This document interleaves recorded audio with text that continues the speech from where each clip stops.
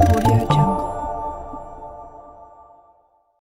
Pour faire face au risque hémorragique chez les patients qui présentent ce risque, le dentiste doit disposer des moyens d'hémostase que l'on peut les résumer comme suit.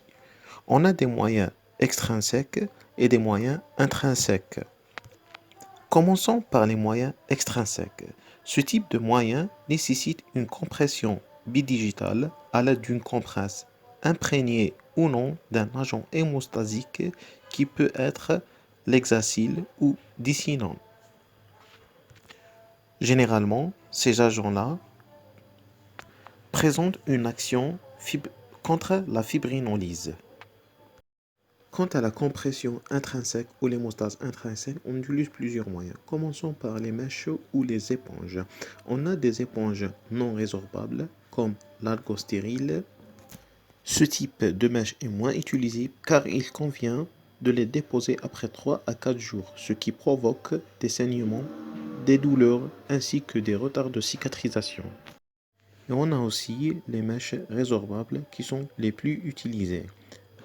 Elles se trouvent à différentes bases. On a des mèches de surgicelle à base de cellulose ou à base de gélatine comme Bloxong et Emarcol. Ce type d'éponge se résorbe souvent au bout de 3 semaines. Un autre moyen d'hémostase intrinsèque qui est utilisé, c'est les cols biologiques.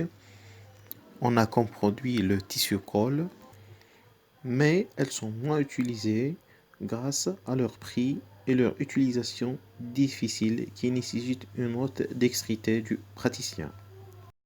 Et la suture qui, par rapprochement des berges de la plaie, permet de bloquer la gaze hémostatique et favorise le maintien du caillot intra-alvéolaire. Donc, elle immobilise la région qui saigne. Elle utilise des fils soit résorbables ou non résorbables. Et enfin, on a les gouttières hémostatiques. Ces gouttières sont confectionnées soit par un silicone lourd après la suture ou avec une plaque en résine acrylique autopolymérisable avec un silicone léger ou moyen. Ces gouttières assurent la protection du site de différents traumatismes. La dépose de ces gouttières se fait au bout de 4 à 6 jours ou lorsque on voit que le saignement est cessé. Et à la fin, le résumé du protocole opératoire de l'hémostase est comme suit. Au début, il faut s'assurer du bon nettoyage et l'asepsie de l'alvéole grâce au curetage de l'alvéole. Après, on assure l'hémostase bidigitale à l'aide d'une compresse imbibée ou non d'un agent hémostatique, puis la mise en place d'une éponge résorbable ou non, une suture hermétique et une gouttière hémostatique.